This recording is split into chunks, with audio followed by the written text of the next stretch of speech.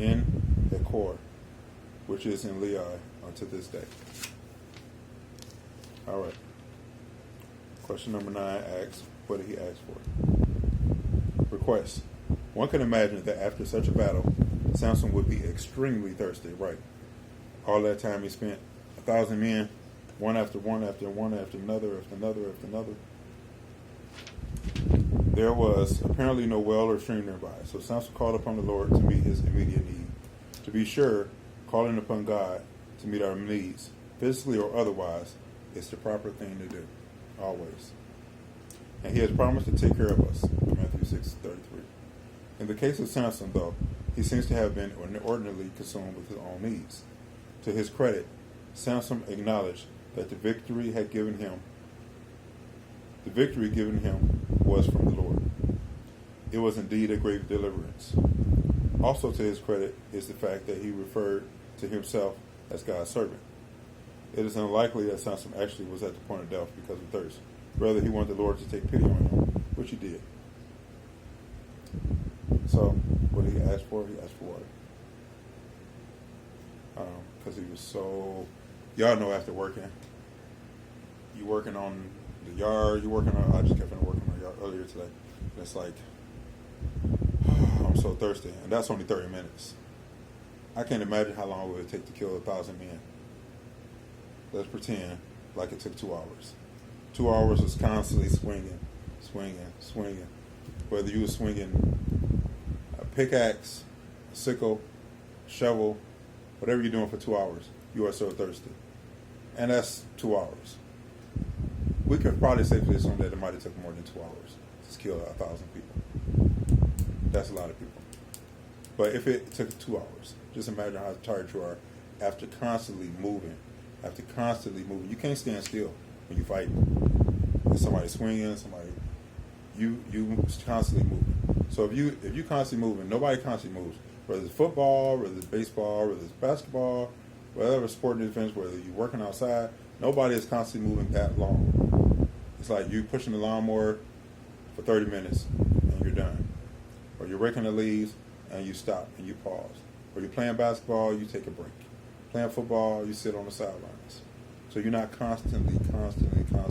So you can imagine if you're just doing the regular stuff that we all do, and you're tired after 20, 30 minutes, an hour of back and forth, how thirsty you are, how dehydrated you are, and how much further would you be dehydrated after 2 hours. So yeah, that's what he asked for. Question number 10. How long did Samson judge Israel? This is an easy question. It's just a direct question, easy answer. And he judged Israel, verse number 20. And he judged Israel in the days of Philistines 20 years. There's your answer.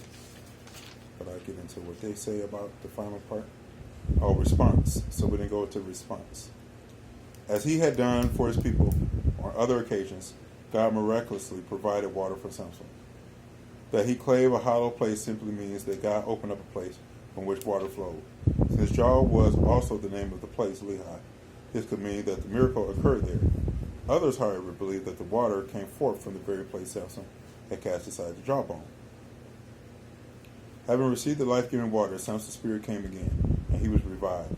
While we can all identify the value of water reviving our physical strength, the reference to his spirit is not quite as clear, as this Hebrew word can also be translated wind or breath. Such a battle would have rendered Samson out of breath. So this goes back to what he prayed for about the water.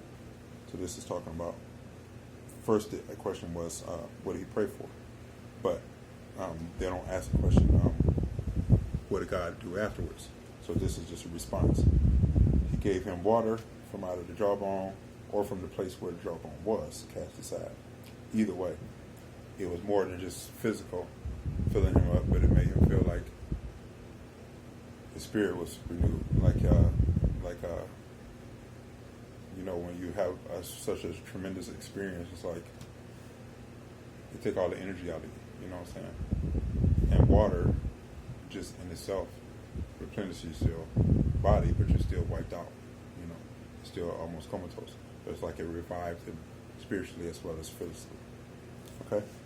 All right. Last question was, how long did Samson judge Israel? And we see it was 20 years. So right here at the last verse, it says, as something of a summary statement, Samson is said to have judged Israel 20 years, verse 20. Since the word judged is used in this book differently than how we use it today, we should not read into it any kind of court scene. Although Deborah, for one, did function in this manner. If anything, the judges were agents of God's judgment. While some suggest the word led might be better than judged, there's probably no contemporary word that can completely describe the role of judge at this time in Israel history. All right. Thank you for joining me today. Hope you all have had a blessed message. I read it on Saturday night, but this message was for Sunday school on June 28th. June 28th. So everybody have a blessed day. Be encouraged. Love you all. Take care, and God bless.